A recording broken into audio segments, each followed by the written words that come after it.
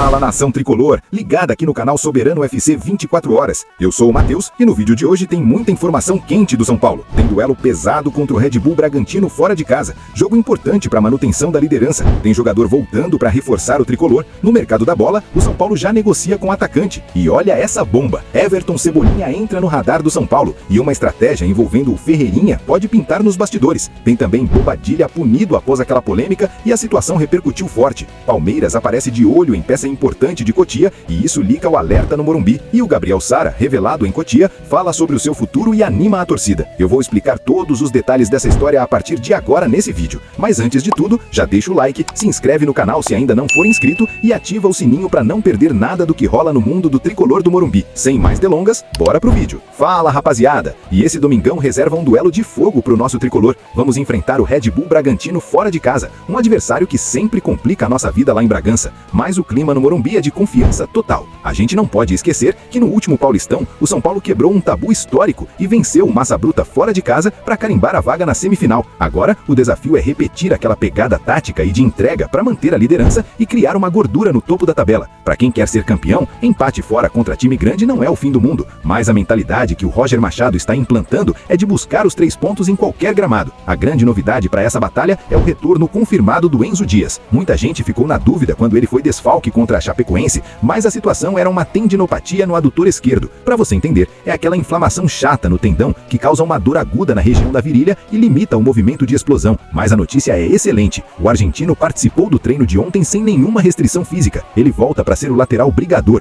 que apoia muito quando o time precisa, sendo muito mais ofensivo e técnico que o Wendel. O Roger Machado quer usar o Enzo justamente para furar as linhas do Bragantino e dar mais liberdade para o Luciano e o Caleri dentro da área. Com esse retorno, a provável escalação que deve ir a campo hoje é Rafael no gol. Na defesa temos Lucas Ramon na lateral direita, Sabino e Alan Franco formando a dupla de zaga e o retorno do Enzo Dias na esquerda. No meio de campo, o trio que está assombrando os adversários, Danielzinho, Bobadilla e Marcos Antônio. E lá na frente, o poder de fogo total com Lucas Moura, Luciano e o nosso matador, Jonathan Caleri. Toca no homem que é gol. É a base que vem dando liga e mantendo o São Paulo competitivo em todas as partidas, agora com esse reforço importante na lateral. E se você está preocupado com o desgaste do elenco, olha que notícia maravilhosa. O departamento médico do São Paulo está praticamente vazio. Isso é fruto de um trabalho de fisiologia de elite. O Paulinho da base, que se destacou na Copinha deste ano, já foi ao gramado e fez corridas lineares, o que é um passo gigante na recuperação de sua cirurgia no joelho. Já o Rian Francisco segue em transição física pesada, alternando trabalhos de academia e técnica no campo.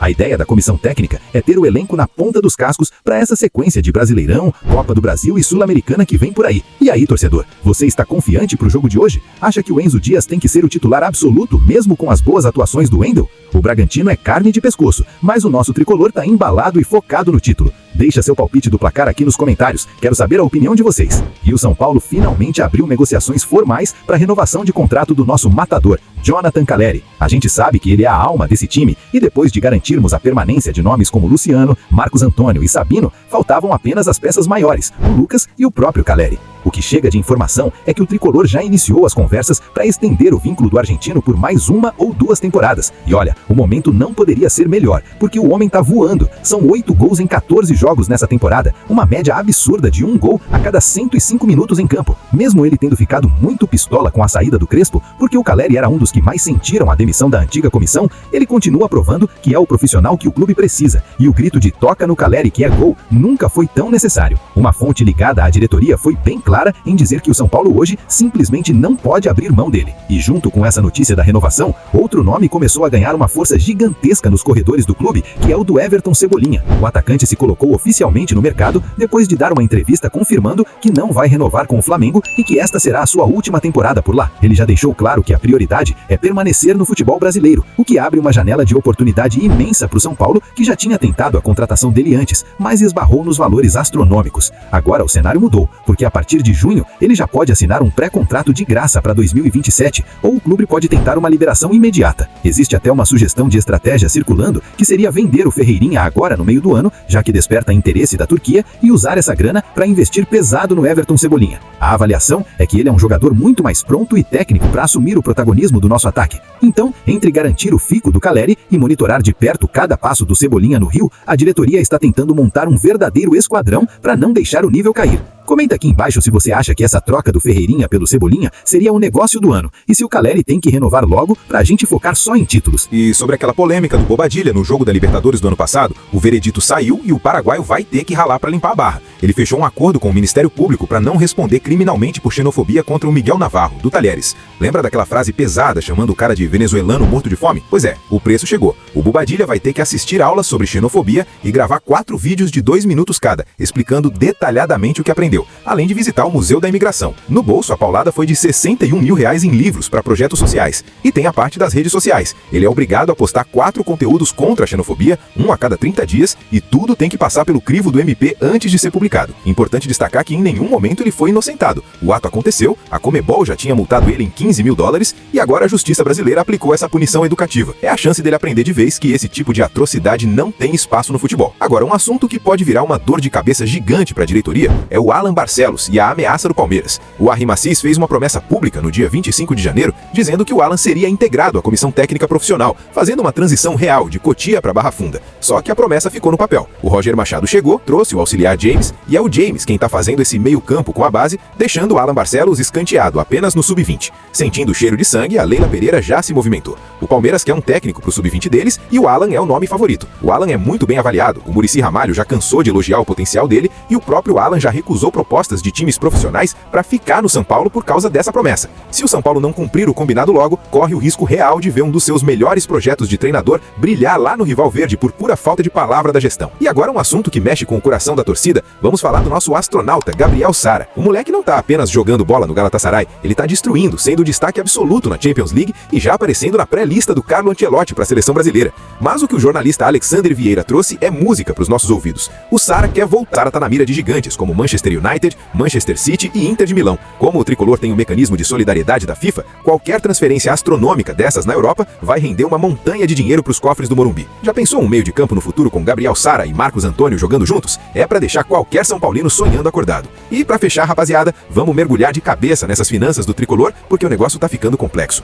Muda a gestão, entra o Arrimacis, mas a prática de buscar oxigênio em banco continua a mesma da época do Casares. O São Paulo está encaminhando agora mais 2 empréstimos pesados, que somados dão R$74 milhões direto para o caixa. São 34 milhões com o banco da Ecoval e outros 40 milhões com o banco Tricuri. E olha o detalhe aqui, esse Tricuri é um nome novo na jogada. E muita gente liga ele ao empresário André Cury, o que já dá um tempero diferente nessa movimentação. A justificativa oficial é o famoso fluxo de caixa, mas o que está gerando um racha interno é a meta agressiva de cortar R$35 milhões por ano nas despesas. O problema é que o discurso não bate com a prática, né? Como você fala em corte milionário, se está renovando com Luciano, Sabino, Marcos Antônio, Caleri e Lucas Moura, dando aumento salarial e valorização para eles. Tem conselheiro lá dentro dizendo que se esse corte de 35 milhões acontecer de verdade, o São Paulo perde o fôlego técnico e vai brigar no meio da tabela ou lá embaixo, porque para economizar esse montante, teria que se desfazer de peça-chave. É uma engenharia financeira arriscada. De um lado, o teto de crédito subindo para 270 milhões e do outro, uma promessa de austeridade que ninguém sabe como vai ser cumprida sem desmantelar o time titular. Mudando o foco para a parte jurídica e de investigação, o clima nos bastidores do Morumbi tá pesadíssimo. Primeiro teve aquele susto com o pedido de prisão temporária sigiloso no caso dos camarotes. Quando a notícia saiu, as defesas da Mara Casares e do Douglas Schwartzman correram para ter acesso aos autos, mas a justiça negou e esclareceu que o alvo, na verdade, era a Rita de Cássia Adriana Prado, aquela que aparece nos áudios polêmicos.